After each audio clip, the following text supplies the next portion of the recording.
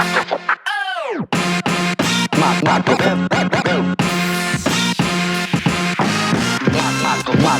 check 1 2.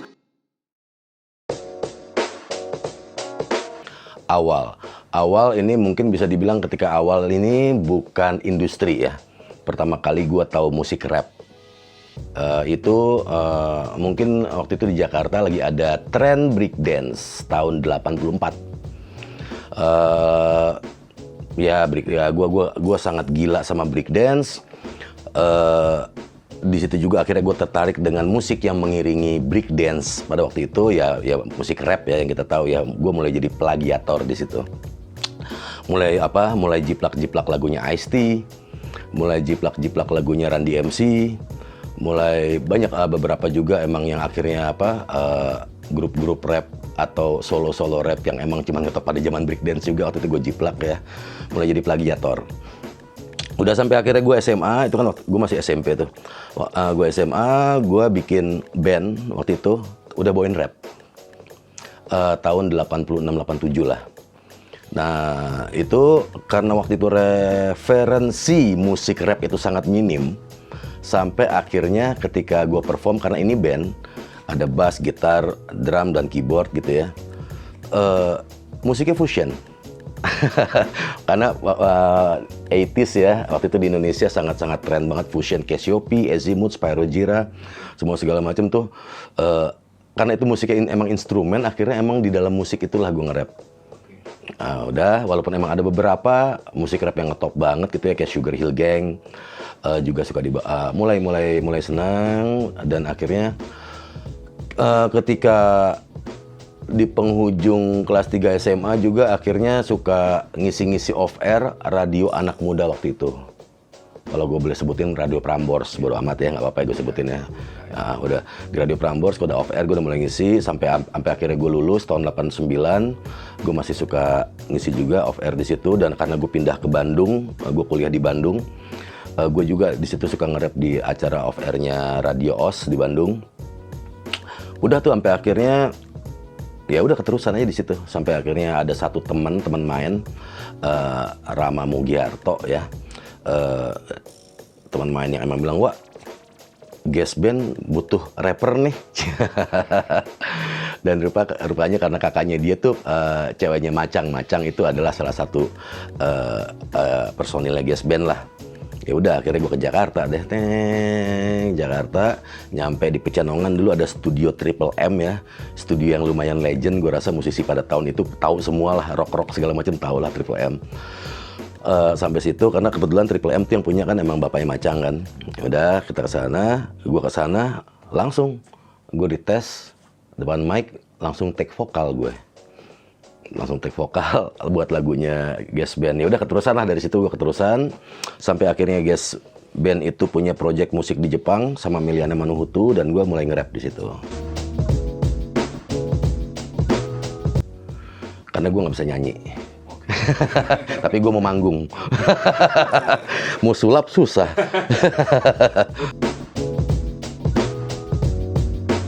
Sebenarnya emang ketika udah mulai di Jakarta pun gue tetap menggunakan nama Iwaka atau Iwake ya orang manggilnya ya. Tapi ketika mulai Gas itu punya proyek ke Jepang, ada salah satu produser Jepang itu Makoto Kubota, dia nanya, dia ke gue, kok lo namanya Iwa? Lo kenapa? Karena Iwa itu dalam bahasa Jepang means rock, batu karang. Loh, kalau di Central Jawa itu it means fish, gue bilang gitu, artinya ikan. Wah, lo gue kasih nama ikan karang deh, rockfish. Jadi waktu itu emang gue sempat dikasih nama sama dia. Tapi ketika emang akhirnya gue sebenarnya apa ya, waktu itu ketika punya nama itu pun gue ngerasa yang nggak, gue suka lah, itu adalah salah satu penghormatan orang gitu ya, ngasih nama itu. Tapi ketika gue akhirnya buat bikin album sendiri, gue pengen menggunakan nama Rockfish pun gue ngerasa, enggak, Iwa aja lah. Dan satu hal mungkin ya, ketika gue nge-rap di sini juga, waktu itu gue cukup kaget ya kalau gue tarik ke belakangnya. Ketika emang udah sering manggung di Jepang, ada proyekan di Jepang, gue ditantangin sama anak Gas, lo bikin rap bahasa Indonesia dong. Karena waktu itu ketika ada proyek di Jepang tuh gue nggak punya nyali buat bikin rap bahasa Indonesia. Gue nge-rap tuh dengan bahasa Inggris, gue mix dengan bahasa daerah, entah itu Ambon, Jawa, Sunda, ya, dan lain sebagainya gitu loh. Ketika emang suruh bikin bahasa Indonesia, ya udah gue akhirnya bikin. Ya udah, ketika emang mau jalan, gimana nih? Iwa aja lah. Gue nggak tahu kenapa, mungkin kalau emang pada awalnya niat gue nge-rap adalah buat ngetop, mungkin gue pakai nickname. Gue kan emang suka soalnya. Berkesan gue susah ya kalau emang akhirnya gue terlalu naruh kesan. Ini gue jujur ya, gue bukan belibet-libet ya ngomongnya. Tapi gue paling susah ketika ditanya, wah masa lalu yang paling lo suka apa sih? Gue paling bingung karena buat gue masa yang paling menyenangkan tuh hari ini. Yang paling berkesan buat gue tuh hari ini.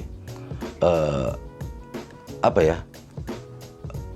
Mungkin gue punya cerita yang menarik, yang dan lain sebagainya. Tapi gue nggak akhirnya membuat gue stay di situ gitu loh. Karena gue nggak, buat gue ketika emang gue terlalu lama stay di suatu momen masa lalu, gue nggak menghargai hari ini. Sorry, maksud gue belibet, tapi emang itu prinsip gue. Karena buat gue, waktu yang paling baik buat gue adalah hari ini. Yang dulu itu cerita buat lo. Itu yang dulu emang cuman ya udahlah file sekedar file aja, nggak lebih dari itu.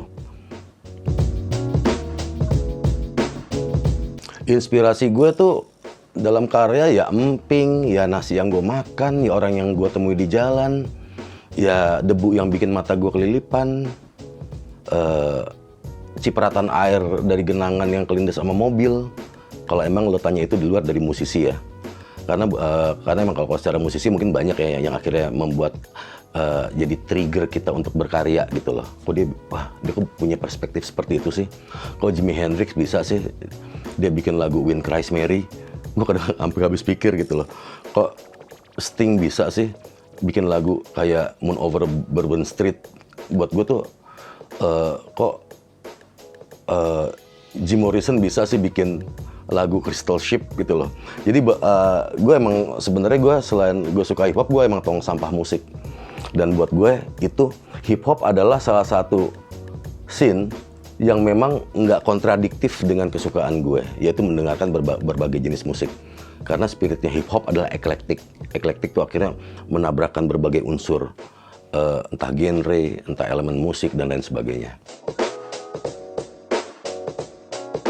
Gue masih pengen Chuck D sih. Chuck D ya? Buat gue, he's a humble person. Chuck D tipikal rapper yang selalu melontarkan pujian buat rapper lainnya. Buat gue itu adalah role model banget. Kecuali emang nggak enak. Kecuali emang akhirnya rapper pembodohan. Tapi attitude dari hip hop adalah narsis yang harus menceritakan diri sendiri dan lain sebagainya. Chuck D enggak. Chuck D lo boleh lihat di IG, di Twitter dan lain sebagainya, dia selalu memuji bahkan LL Cool J, Master J, Dre, semuanya tuh dia. Buat gue emang begitulah semestinya kita bersikap dalam satu komunitas. Bukannya gue nggak setuju saling ngedis ya silahkan tuh, budayanya itu bukan budaya gue. Yang gue dis bukan personal, gue ngedis sistem. Gue ngedis sesuatu yang ada di dalam diri gue sendiri, yang ada di diri lo juga. Kerakusan, kesombongan, dengki, kesepian, kemarahan, itu yang gue dis, yang tiap orang ada.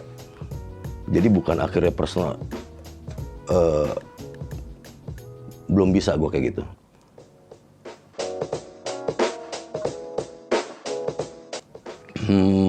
Apa ya titik terendah dalam karir gue ketika gue somehow nih ya, kalau gue boleh jujur ya, gue mungkin orang yang terlalu menikmati apapun.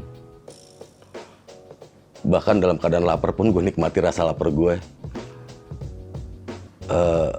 Gue orang yang senang berkawan dengan siapapun, makhluk apapun. Artinya ada makhluk yang bernama kemarahan, ada makhluk bernama kecemasan, makhluk bernama ketakutan pun gue temenin. Ketika dia datang ngetuk pintu gue, itu gue jamu dia, gue jamu dia sebagai teman gitu loh. Gue nggak mau menghindari, gue nggak mau memusuhi. Begitupun hal yang lo bilang titik terendah dan lain sebagainya, bukannya gue nggak mau cerita, tapi buat gue gue selalu nemuin satu hal yang emang magnificent, satu hal yang apa ya, yang priceless di balik secara kasat mata secara karir gue di bawah. Makanya gue nggak bisa bilang itu titik terendah. Gue selalu nemuin itu. Ketika memang akhirnya gue ada, mungkin bisa dibilang ada manggung yang emang cuma sebulan 2 kali segala macem.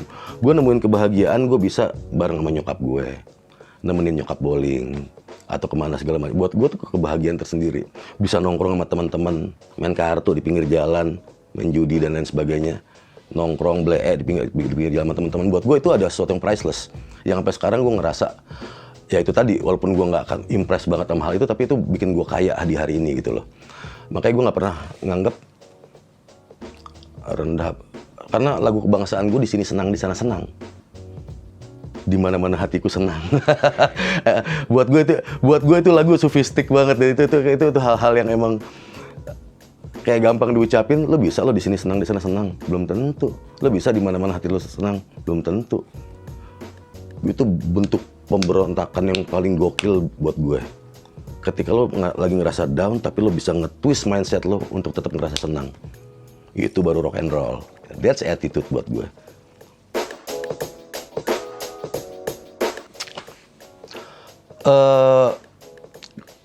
Gini ya, gue nggak tahu kenapa gue tuh hip hop gue sayang, gue cinta. Kadang-kadang kita diludahin sama orang yang dicinta pun itu buat kita tuh berkah banget, men. Kita seneng. Kita dihujat sama orang yang kita sayang, itu seneng. Begitu dalam hip hop. Itu yang bikin gue akhirnya nggak pernah menyerah dalam hip hop. Kenapa? Karena gue nggak fight di sini. Gue mencintai aja. Dan gue mencintai, gini loh, gue nggak selalu memposisikan gue di sini sebagai player. Gue sering juga memposisikan diri gue sebagai penikmat. Ketika ada player lain yang emang lagi manggung terus segala macam, gue ikut senang lagi. Stupid ya, ini bukan lip service segala macam, tapi gue ngerasa, gue nggak tahu gue mulai dari kapan gue seperti ini gitu ya, tapi gue ngerasa emang kesenangan bagian lain dalam semesta itu adalah kesenangan lo juga semestinya. Karena taruhlah gini, lo kalah secara angka main bola, kalah nih 1-0. Orang yang akhirnya cetek lah, akhirnya pundung terus-terusan dalam kekalahan gitu loh. Buat gue akan selalu ada kemenangan, selalu ada sesuatu yang bikin lo bahagia di situ. Cuman kadang-kadang ya kita suka terlalu malas nyarinya, kita suka terlalu takut untuk berontak dari keadaan kayak gitu, akhirnya ya udah ngedumel tiap hari, marah-marah. Itu hal yang coba gue hindarin. Bukan gue hindarin ya, artinya ya kalau ngomong pernah pengen berhenti dari hip hop, selama gue bisa menerima apapun yang gue terima gitu ya, apapun yang datang ke diri gue nggak ada kata menyerah, men.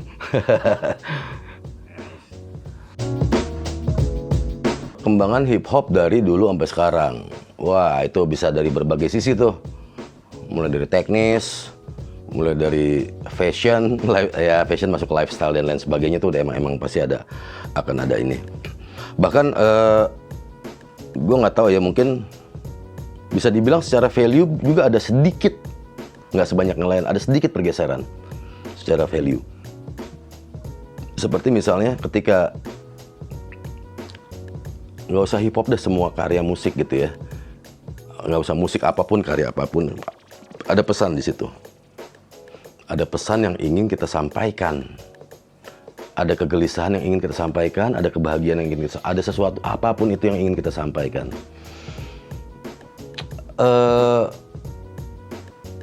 Yang jadi paradoksnya adalah ketika memang akhirnya makin banyak sekarang pemain hip hop dengan skill yang mumpuni, sundul langit, apapun itu namanya, tapi di sisi lain keberagamannya makin kurang. Kalau kita ngelihat dari dulu sampai sekarang ya, sekarang keberagamannya makin kurang. Apa? Kayak Snoop juga bilang, gue setuju sama Snoop. They sound like just the same. Tata-pata-tata-tata. Pata-pata-tata-tata. Pata-pata-tata-tata. Lo boleh browsing semua rapper sekarang, kayak gitu semua. Itu gue bilang keberagamannya kurang. Entah tren apa segala macem, kenapa tren akhirnya jadi ngerubah attitude kita deliver? Enggak dong.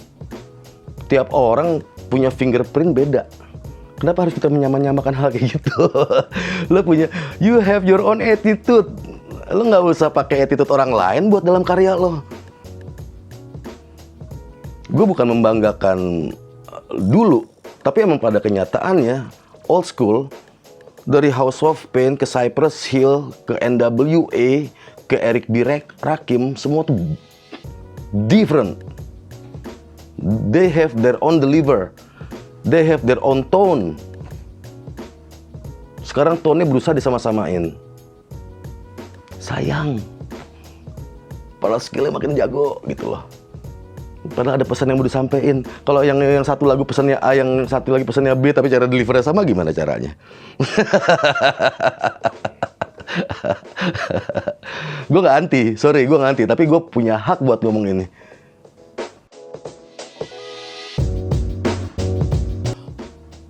Gue nggak tahu gue lagi kenapa.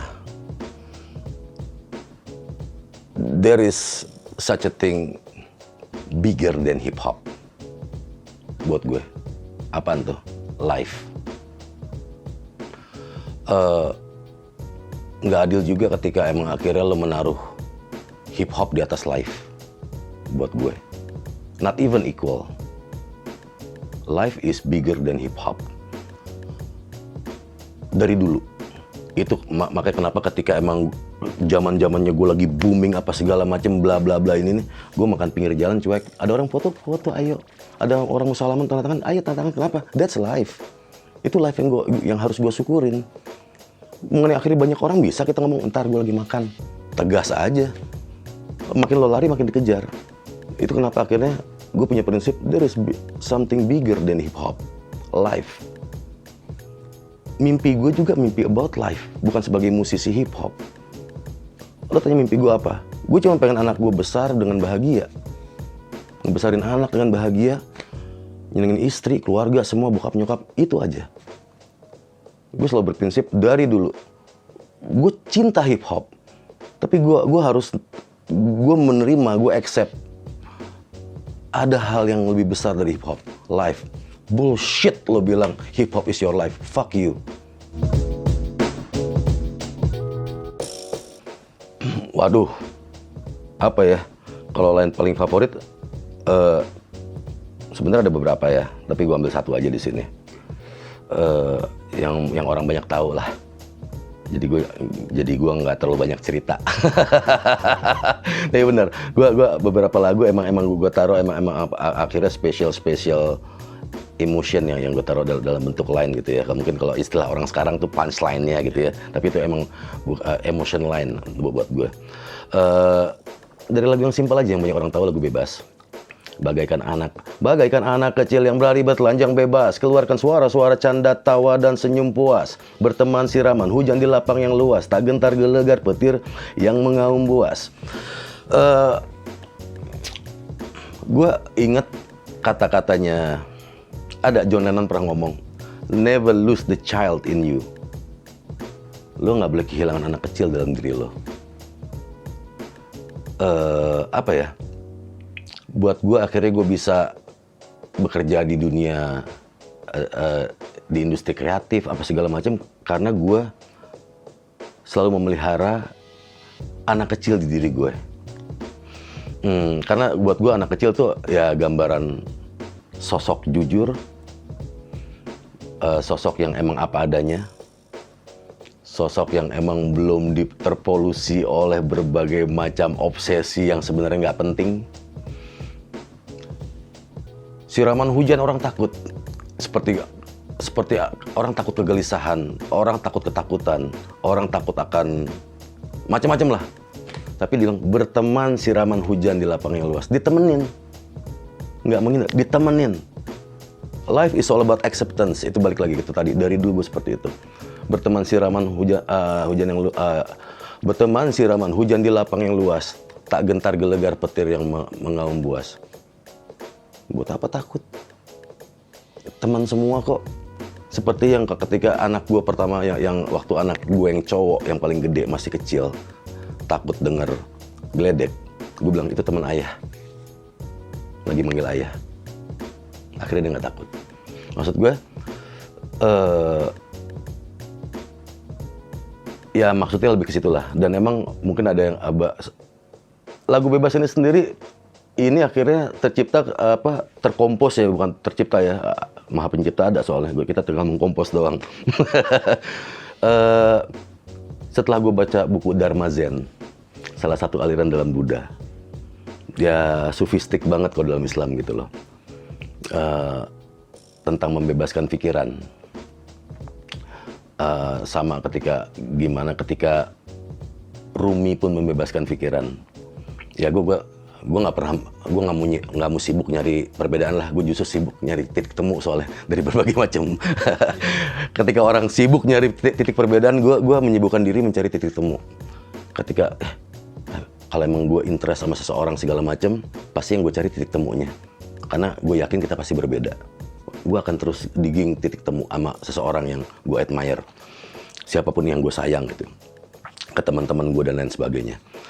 Makanya lagu Bebas ini sendiri kalau jujur ketika gue habis baca buku Dharma Zen pada waktu itu, ya nyampur lah sama ketika habis baca biografi John Lennon juga, semua segala macam, akhirnya tulis aja udah.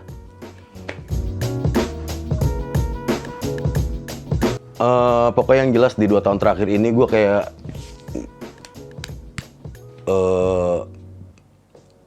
nggak tahu dapat energi dari mana, glinding terus, pengen bikin ini terus.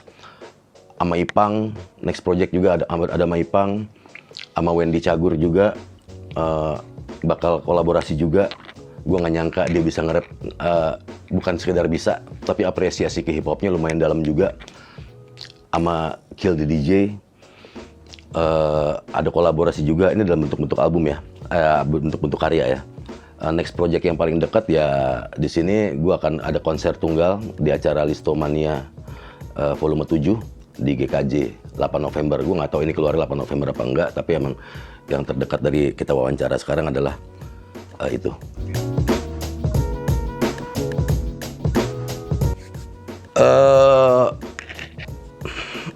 Itu tadi sih gue kalau ngomongnya agak sedikit bercerita.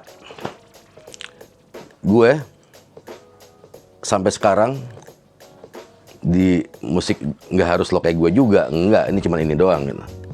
Umpan lambung aja kalau lo semua nih. Hip hop itu dikenal musiknya loop aja dari awal sampai akhir. Tapi ketika emang gue nongol, gue pengen ada intro, ada bridge. Oh lo nggak hip hop? Ini kan gue, attitude gue. Gue nggak mau pakai attitude orang lain, ngapain? Seperti yang gue bilang tadi, lo main di hip hop, pakai attitude lo. Nggak usah pakai attitude orang lain, percaya sama gue. Itu akan jadi legacy lo. Berkarya dalam apapun. Karena buat gue akhirnya ketika emang lo melakukan sesuatu, tapi dengan attitude orang lain atau dengan apa yang udah tersaji dan lo membawakan dengan apa yang udah tersaji aja. Dan ketika emang ada orang yang membawakan di luar dari yang udah tersaji, lo bilang, oh itu bukan hip hop. Hey, spiritnya hip hop satu, eklektik, memadukan segala macem nih. Kalau tiba-tiba lo ngerasa hip hop yang udah seperti yang udah tersaji, berarti spirit hip hop lo udah mati. Jadi buat gue, use your own attitude. Gunakan attitude lo sendiri sebelum attitude orang lain yang akan menggunakan lo.